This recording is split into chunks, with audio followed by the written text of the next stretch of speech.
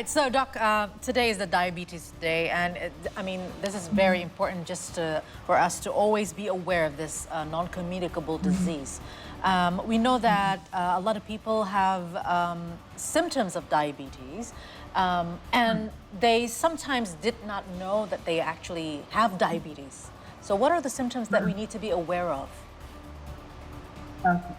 So actually, there are three classical symptoms of diabetes. Commonly, we call it three P's. One is the polyuria, means that we have more urination, frequent urination. And the second P is polydipsia, means that someone having an excessive thirst, so they will drink more than usual. And the third P is polyphagia, means that they are feeling more hunger than ever. So they tend to eat more. That are the classical symptoms of diabetes. But there is also non-classical symptoms of diabetes, such as in women, maybe there is symptoms of having a vaginal discharge, and then the history of having a baby with very big weight. Yeah. So there are the symptoms of diabetes that sometimes those symptoms does not happen in someone, but they will first know that they're having diabetes from the medical checkup. I see. All right, now we know there are many types of diabetes, one of which is diabetes gestational, which affects pregnant women. Now, I'm pregnant at the moment, so I'm a little concerned too. So can you tell us more about this? Yeah, this is a very nice to be more concerned of. So actually, gestational diabetes affect women that never had a history of diabetes before. And it develops usually in the 24th week of pregnancy. Okay. So how about you, Doriani? I am in my 31st week, so far so good. But I'm not gonna lie, I'm not gonna lie, I like my candies, my sweets. Always craving for something sweet. Yeah. So why we need to be concerned of the gestational diabetes? Because this condition will put the baby at the higher risk of having a very large weight when they are get born. So it will be more difficult to be delivered, and needs to be delivered by the C-section, not from the vaginal delivery. That was the first one. And then the baby with the mother of having a gestational diabetes will also put the higher risk of having diabetes in the later life. And for the mother itself, it can also put the mother, 50% of the mother with the gestational diabetes will go on into the diabetes type 2 in the later life. I see. Yeah. So it's like a continuous condition.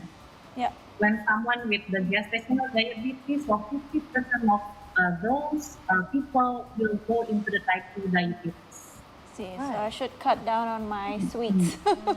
I'll try to cut down on my sweets. Now, doctor, I got something that's maybe a little bit more general here. Can a person with diabetes eat sugar, something sweet? Or maybe there's something else to replace? Yeah. Of course, if you are in the well-controlled diabetes, it means that you have a diabetes, but you can control good with your diet and physical activity. And the reference of the blood glucose is still in the normal range. So actually, you can still have sugar or something sweet, but of course in the limited amounts. So for someone having diabetes, they can still consume around 25 grams of sugar. 25 grams of sugar on average is like 2 tablespoons of sugar. Let's say we talk about one portion of muffin. One portion of muffin contains 40 to 50 grams of sugar. So of course you cannot have one portion of muffins. So you need to cut into two or three, so you can still enjoy the meals, but you need to be very careful about the portion. Good to know. Okay. No, I mean, a lot of people love sugar, especially the kids, right? So, how do we start, penetrating them with such a good habit in controlling their sugar intake? We know that sugar will be a calorie in the end in kids, but Yeah. I mean, Yeah. a lot of, snacks, for example, contains a lot of sugar. How do you think we can, teach them to have just enough amount of sugar? Yeah. So the earlier that we can teach our kids about how to choose the right snacks, so it will form their habit. Yeah.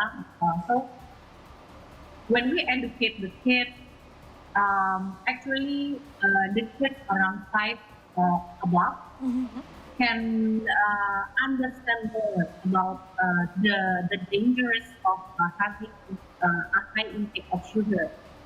So I think the penetration would be start from the preschool. Yeah, we can put uh, the education of nutrition since from the beginning. So we can having a limitation of the sugar intake in our children by giving a more healthier options, such as if we offer them a milk, so we can give another options like, okay, we have a chocolate milk and also the plain milk. So if you want to have the chocolate milk, so you need to cut down another syrup which has a high in it all. Yeah, so you need to choose which one do you want to take for today. Yeah, because for kids, we also put the limit of 25 grams of sugar in a day. Right. That's Okay. yeah, that's very interesting. Very And also, what about rice? I mean, a lot of diabetic people with diabetes, they Have to change cut their down, Yeah, right. cut down and maybe do not eat the normal rice. They eat something else. What would you Right. suggest? What about that? Okay. Yeah. It's a very interesting to be discussed because commonly now people is very afraid of having a usual rice, the white rice. Yes. So actually, if we're talking about rice, we talking about grains. So there are two type of grains: the refined grains and the whole grains. If we talk about the white rice, we talk about the refined grains. But if we talk about brown rice or red rice, we are talking about the whole grain. Of course, whole grain would be better because it contains more fiber and vitamins and minerals. So if you want to still have the white rice, I suggest you to have only in one meal per day. One meal per One day. meal But a for the day. other meals, for the other meals, you can choose the whole grains. It means that you can still have the pasta with the whole grain, or you can have the brown rice. Yeah. Yeah. So in a day, you can limit only one portion of the refined grains per day. Let's say you have a white rice, or you have a noodle sometimes, Yeah. or you have a common pasta sometimes, So it's only one meal per day. And don't forget, for someone with diabetes, one thing that is very important is about the combination of the meals. So don't let your body only consume that carbohydrate, but it can also need to be accompanied by the high fiber and also good fat, Absolutely. because it will help you to control your blood glucose. I see. All right, well, speaking of substituting, some people substitute stevia sweetener for sugar. So is it better than sugar, or is it true that consuming stevia can irritate our stomach and cause bloating?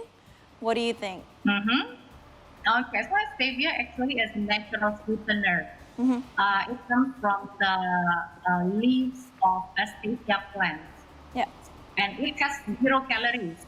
So actually, it's way much better than sugar. See. Okay.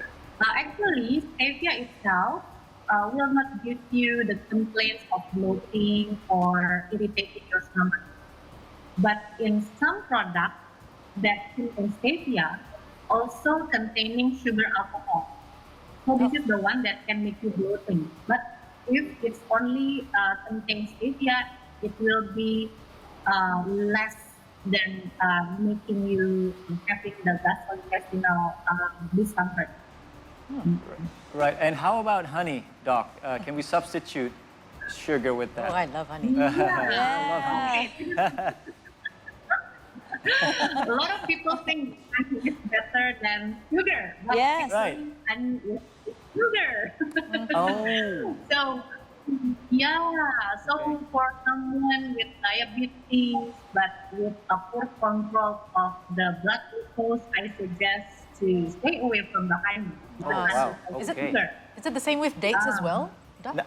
Right. Oh yeah, how about dates? Dates are very sweet. Actually, yeah. Dates, actually high. for And dates, very, very sweet too. yeah, very sweet, but dates also contain fiber. So if we eat the dates, if we eat the dates, we also eat the fiber, not only the sugar. Right. So our body will need more time to digest the carbohydrate inside the dates. Right. So for dates, I think it's better. I see. That is interesting. What about a Yeah. daily meal plan that is good for people who suffer diabetes? If you can, suggest this so we can have a weekly or a Yeah. monthly plan, for people who have diabetes. Okay. The principles of a good meal planning for diabetes, first, you need to have a regular schedule. Commonly, we have 3 big meals and 2 snack meals. Okay? And then for the composition of the meals first, please choose the complex carbohydrates, such as that I told you about the whole grains, yeah. And you can also need to put enough carbohydrate and enough vegetables in your meals. So let's say the whole grain, the brown rice or the red rice, you have in the a portion of 1/5, yeah. And along with the vegetables in your plate, put at least a half your plate with the vegetables, and then you put the whole grain, and then after that, don't forget to put the enough protein in your diet. And one thing that you can also put the good fat in your meals, yeah, such as olive oil. Olive oil has a specific fat which is help to make the insulin work better. Oh. Yeah. So for diabetes, olive oil is very superior. Yeah. It can help you to control your blood glucose. Wow. Okay. Now, maybe the last thing that we want to know, can we prevent diabetes? Sure. Good. Actually, So it's not a myth, right? It's right. It's not a myth. Yeah. So for the diabetes case nowadays, it's more because of our lifestyle. So of course it can be prevented. Yeah. Yeah. I also found one cases of diabetes in a teenager. Yeah, 14 years old with diabetes. Oh. The risk factor of having this diabetes because of excessive weight gain. Yeah. So one thing that we need to do in preventing the diabetes, first, reach your ideal body weight. Yeah. You need to be very, very concerned about your body fat. Yeah. Not just the body weight, but also the body fat, because the more high your fatness, the more high of having the chance of diabetes. Yeah. So with the good diet and then the good physical activity and also with the good management of stress, you can prevent diabetes. Yeah, that's great. Okay. So don't be a sweet tooth, all right? Nope. All right, doctor, don't go anywhere. Don't go anywhere, because I want to challenge my 2 colleagues here. All right. What? Before we end our talk, I would like to invite these fellow hosts here to play a game Yes. of myth or fact. So I will Fact give or myth? you a statement, and both of you must guess whether it is a myth or a fact. Okay. And after the both of you have answered, Dr. Juwalita will give the right answer and explanation. Are you ready? All right. We're ready. Here we Okay, go. so you just have to flip All right, let's to go. give your answer, all right? Okay, first statement. People under the age of 25 cannot suffer diabetes. Myth. No, this. Myth. Is it true, doctor? Is it a myth? Yeah, that's true. That's true. Yes. Yeah, Yeah, because the doctor. as I mentioned. Yeah, you mentioned that 14-year-olds got diabetes just now. Yeah, with the type 2 diabetes. All right, so it's a myth, all right? Okay. Okay, All right. second statement. Let's go ahead with it. High blood sugar levels can cause diabetics that have uncontrolled appetite. Ooh, Is it a myth or a fact? Yes. I think it would be.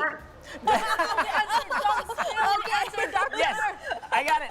Thank you, doctor. It's unfair. All right, okay. Okay, I bet. That's all right. Okay, maybe you can explain a bit more about it. Yeah, the more uncontrolled your blood glucose, so this glucose will be excreted in your urine. And this condition will make you more hungrier than ever. I see. Right. So, Okay. in this condition, commonly people will be more feeling more thirsty and also more hungry. Hungry, all right. So when you get so wildly hungry, Yeah. you get to be... You gotta be careful. Yes. All right, doctor, please keep your mouth silent for a bit, okay? The third statement is for my friends here. All right. A thin person cannot suffer diabetes. Is that true? Is it a myth or a fact? Myth. Ah, you guys are too smart. Right? What about it, doctor? It's Is a it myth, true? right? Is it a myth? It's myth, right? Yeah, I agree with you. I agree. Okay. A thin person will. Sorry. It's a myth. Yeah. It's a myth, right? a myth. Yes. Will not. Yeah. Okay. So a thin person can still develop diabetes because first, there is also the aspect of hereditary. It is that maybe you have parents or grandparents with diabetes. Or second, a thin person doesn't always mean that they have a normal level of fitness. Ah, Okay. okay. Yeah. So there is a chance that a person that apparently looks thin, but if we check the body composition, the Yeah. fat is still high. It's still high. Yeah.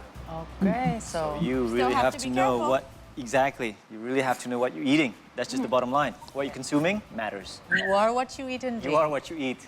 Dr. Juwalita, thank you so much for giving us the enlightenment and also reminding us to always be careful and raising awareness of diabetes. Thank you, and we looking forward to talk again with you, doctor. Thank Take care. you. Thank you, doctor. Sure. Bye. Bye. Bye.